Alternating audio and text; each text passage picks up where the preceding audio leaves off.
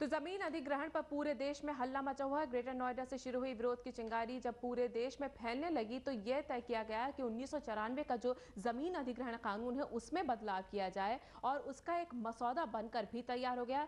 लेकिन यह मसौदा कितना फायदेमंद है और कितना और विवाद लेकर आया है, इस पर हम आज बात कर रहे हैं। और इस बातचीत में हमारे साथ जुड़ गए हैं नवीन रहेजा जी, जो कि एसोचैम के रियल एस्टेट कमेटी के चेयरमैन है। नवीन जी, आपका बहुत बहुत स्वागत है। Thank you very much. नए कानून का मसौदा नवीन जी तैयार हो चुका है, लेकिन क्या लगता है ये मसौदा जो है मुसीबत कम करेगा या कुछ नई परेशानियां लेकर आ सकता है? लगता है कि ये बहुत जल्दबाजी में बनाया हुआ मसौदा है और ये जो ड्राफ्ट बिल है इसके अंदर पहले थॉरो डिबेट होना चाहिए सभी स्टेक होल्डर्स की। जो मेन इश्यूज दिखाई देती हैं उनमें सबसे बड़ी इशू ये आती है कि आप जहाँ पे भी लैंड एक्विजिशन होना है वहाँ पे अगर रूरल एरिया में 6 टाइम्स कंपनसेशन देते हैं फ्रॉम द लास्ट 3 ईयर्स की जो हाईएस्ट वैल्यू की रजिस्ट्री है उसके ऊपर, और अर्बन में 2 टाइम्स देते हैं। उसके बाद आपका लॉन्ग टर्म आपको उनको रिटेंशन मनी भी देना है एवरी मंथ फॉर 20 ईयर्स। अगर ये सारा कुछ आप करते हैं तो इनपुट कॉस्ट जो है अगर आप उसको 6 गुना कर देंगे, किसी भी प्रोजेक्ट के अंदर जो लैंड कॉस्ट होती है वो 30% या उससे ऊपर होती है। वो भी एक तरीके की इनपुट होती है किसी भी प्रोजेक्ट की। अगर उस इनपुट को आप 6 गुना कर देंगे तो जो भी इंडस्ट्री लगाए और चाहे एक डेवलपर अपनी अपार्टमेंट्स बनाए, वो अपनी कॉस्ट को जोड़ते हैं, क्योंकि वो काम करते हैं प्योर नंबर्स के ऊपर हर कोई आदमी, और अपनी जेब से कोई दे भी नहीं सकता है। कॉस्ट को जोड़ते हैं, कॉस्ट के ऊपर इंटरेस्ट कॉस्ट को जोड़ते हैं, उसके ऊपर अपना एडमिनिस्ट्रेटिव एक्सपेंसेस जोड़ते हैं और फिर प्रॉफिट मार्जिन जोड़ते हैं और फिर उसको बेचते हैं। अपनी जेब से कोई नहीं दे सकता। अगर लैंड की कॉस्ट 6 गुना के ऊपर इनपुट में जाएगी स्टार्टिंग में ही, तो हमारे देश के 122 करोड़ लोग जो हैं वो या तो कमोडिटीज़ को महंगा खरीदेंगे, और अगर उनका हाउसिंग का क्वेश्चन है तो हाउसिंग कॉरस्पॉन्डिंगली उतनी महंगी हो जाएगी जितनी महंगी उसके अंदर लैंड कॉस्ट का कंपोनेंट बढ़ेगा।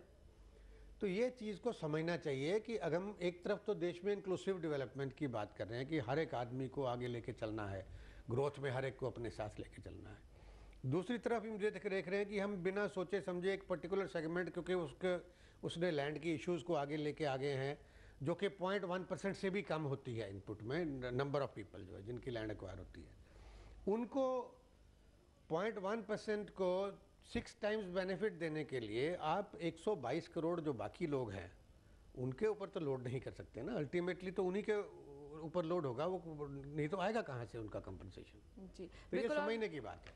जी, और दूसरी बात यहाँ पर आती है, मुद्दा आता है उन ग्राहकों का जो कि अगर बिल्डर्स वहाँ पे अधिग्रहण लेके के बाद कोई बनाते हैं, बिल्डिंग बनाते हैं, उनके लिए अगर कॉस्ट बहुत ज़्यादा बढ़ जाएगी तो ये भी हो सकता है कि रियल एस्टेट के बिजनेस पे इससे फर्क पड़े। हो सकता है बायर्स उतना अफोर्ड ना कर पाए, ज़्यादातर अपर मिडिल क्लास या मिडिल क्लास के लोग जो घरों की बात करें, बिल्डर्स की बात करें, तो क्या उससे फर्क पड़ सकता है? देखिए, रोटी कपड़ा और मकान बेसिक पुरानी कहावत है, बेसिक नेसेसिटी है। हर एक को अल्टीमेटली छत तो चाहिए ना, बाहर ओपन में तो नहीं सोएगा कोई भी। तो रियल एस्टेट में बेसिक नीड और रिक्वायरमेंट हमेशा रहेगी। कटिंग जो होगी वो लोगों के लाइफस्टाइल के ऊपर होगी। जो आदमी पहले अगर 2 कमरे का मकान लेता था 1 कमरे का लेगा, या अपने बाकी जगह पे अपना पेट काटेगा, ताकि वो उस इंक्रीज जो उसका प्राइस हो गया उस चीज़ का, ताकि वो उसको पे बैक कर सके या अफोर्ड कर सके।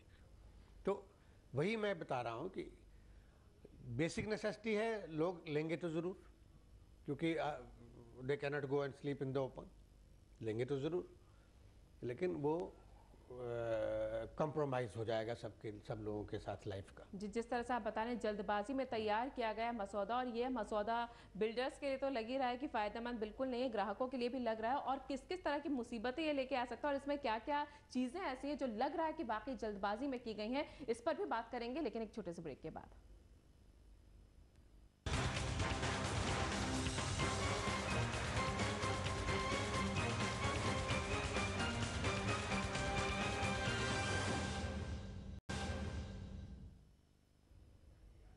तो जमीन अधिग्रहण पर सरकार नया कानून लाने की तैयारी में है, जिसका मसौदा तैयार कर लिया गया है, लेकिन यह मसौदा मुसीबत ज्यादा नजर आ रहा है और हल कम दिख रहा है। और इस बारे में बात करने के लिए हमारे साथ नवीन रहेजा जी हैं, जो एसोचैम के रियल एस्टेट कमेटी के चेयरमैन भी हैं।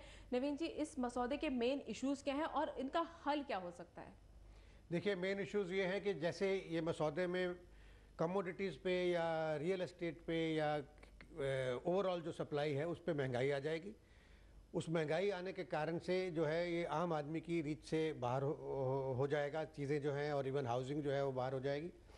दूसरा ये स्पेकुलेशन को बढ़ावा देगा।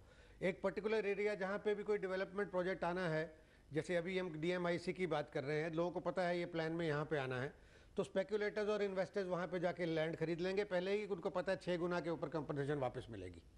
तो स्पेकुलेशन और को बढ़ावा देगा और अननेसेसरी प्रॉफिटेरिंग करवाएगा अनस्क्रूपुलस लोगों को।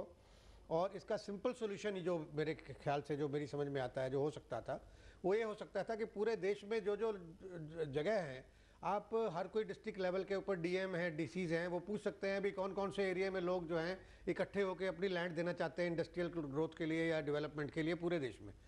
और उसका पे पोर्टल या एक पूरा कंप्लीट डाटा बैंक बना लें और उसको अवेलेबल कर दें इंडस्ट्री को, और इवन जो जो इंफ्रास्ट्रक्चर प्रोजेक्ट्स लगने हैं सबको अवेलेबल कर दें कि भाई ये वाली लैंड पॉकेट इतने एकर्स की या इतने हेक्टेयर्स की जो है इस जगह पे अवेलेबल है इन लोगों की, और ये इनका डिमांडिंग प्राइस है। आप जाइए, नेगोशिएट करिए, यहाँ नहीं लेते आप बगल में किसी और जगह पे जहाँ पे आपको सूट करता है वहाँ लीजिए। म्यूचुअल नेगोशिएशन से आपको आगे बढ़ना चाहिए, और जो प्राइस किसान मांगते हैं उनको वो प्राइस दे दिया जाए, और अगर नेगोशिएट करते हैं तो नेगोशिएट कर लिया जाए। ऐसे यहाँ पे 70-80% लोग जो हैं ये ज़मीन अपनी वॉलंटरी देने को तैयार हैं। आप उनकी रजिस्ट्री करवाइए, जो थोड़ा सा परसेंटेज या बीच में पॉकेट्स बचती हैं उसी प्राइस के ऊपर जो है उनको एक्वायर करके हैंड ओवर करें, ताकि इंडस्ट्रियलाइजेशन आगे बढ़े। कुल मिला के अभी इस मसौदे में कई खामियां भी हैं और थोड़ा जल्दबाजी भी लग रही है सरकार की तरफ से। हालांकि इस पे हो सकता है भी काफी चर्चा हो, काफी खामियां जिस तरह से रहेजा जी बता रहे हैं उसमें सुधार की काफी गुंजाइश है। तो उम्मीद यही की जा रही है कानून ऐसा बने जो सबके लिए फायदेमंद हो। आप यहाँ आए नवीन जी, हमसे बातचीत की, इसके लिए बहुत बहुत शुक्रिया। Thank you very much. तो हमारी इस खास पेशकश में फिलहाल इतना ही, लेकिन दिल्ली आज तक पर दिल्ली और NCR की खबरों का सफर जारी। आप देखते रहिए दिल्ली आज तक।